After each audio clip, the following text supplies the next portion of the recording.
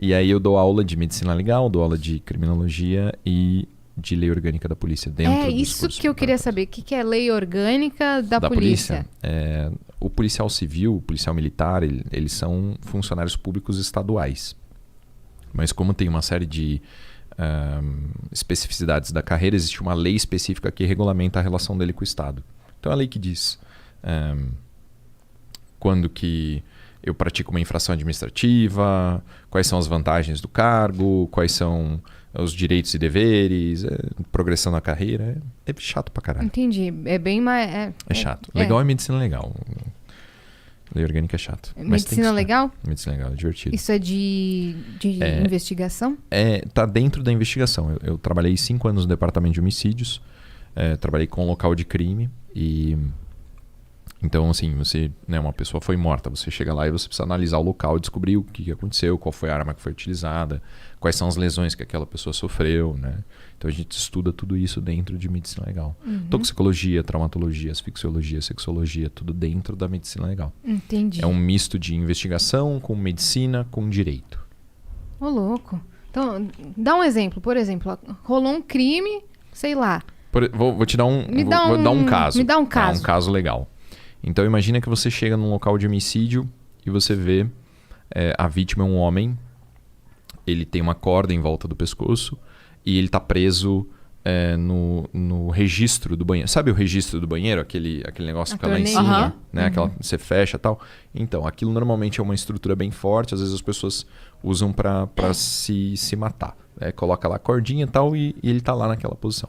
Aí você chega lá e você começa a ler o corpo. Né, entender quais são os sinais que estão, né, os sinais característicos de asfixia e tal, e você percebe que não está batendo muito certo.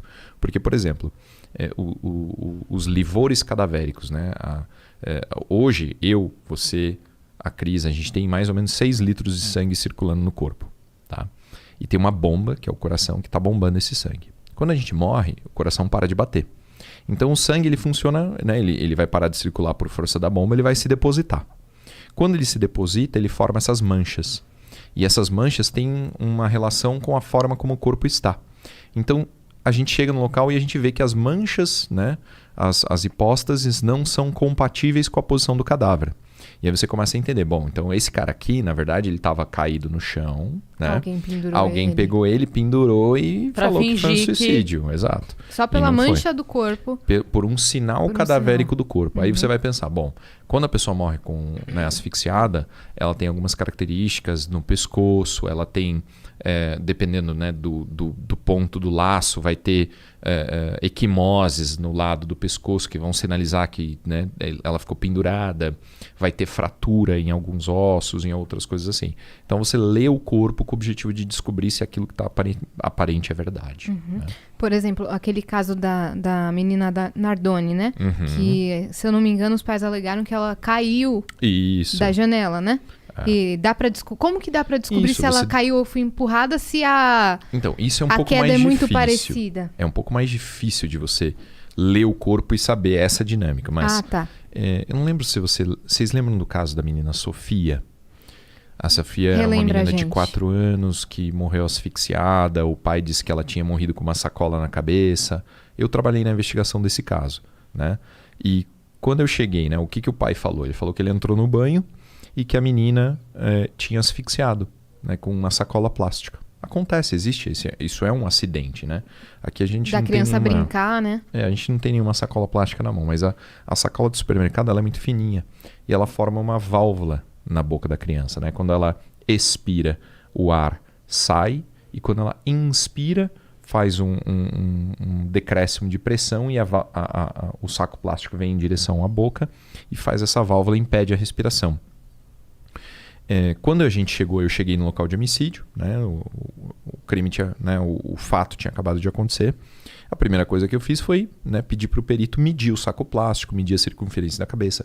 Já quando eu peguei no plástico, eu já senti que ele era muito grosso, que não era compatível com a função da válvula. A gente já começa a trabalhar esse caso, a gente levou eles para a delegacia, ouviu todo mundo, acompanhei a necrópsia, depois a gente... né, na necrópsia, o que a gente percebeu? A menina tinha o tímpano perfurado. Então, perfuração de tímpano não tem nenhuma relação com asfixia no saco Pela plástico. sacola, é verdade. Né? Então, o que a gente descobriu? Ela tinha uma colônia de bactérias dentro do pulmão que era compatível com o estômago. Então, quer dizer, como que o vômito foi parar dentro do pulmão numa asfixia? Não é característico, entende? Ela tinha... Caralho, que maluquice. Exato. E daí o que né? Até hoje o pai nunca confessou, né? A minha teoria, analisando o que aconteceu, é que... Ele tá preso? A menina... Ele ficou preso muito tempo, mas ele, né, acabou sendo solto por um determinado tribunal. Ele... Na minha teoria, ele deve ter dado um tapa na menina, porque ele é destro e era o ouvido esquerdo dela, que estava perfurado. Então ele deve ter dado um tapa na menina, perfurou o tímpano. Perfuração de tímpano causa uma dor muito grande, muito intensa, a criança chora. Às vezes, quando a criança chora muito, ela não vomita. Né? Ela, então, chorou, vomitou, ele deve ter tentado tampar a boca dela, por causa do choro, a intensidade e tal, no desespero. Ela acabou aspirando vômito, acabou sufocando, morreu asfixiada. Né? Aí ele deu um banho na menina, ele lavou ela, ele estancou o sangramento do ouvido com um pedaço de papel higiênico e colocou o saco plástico na cabeça e forjou essa história.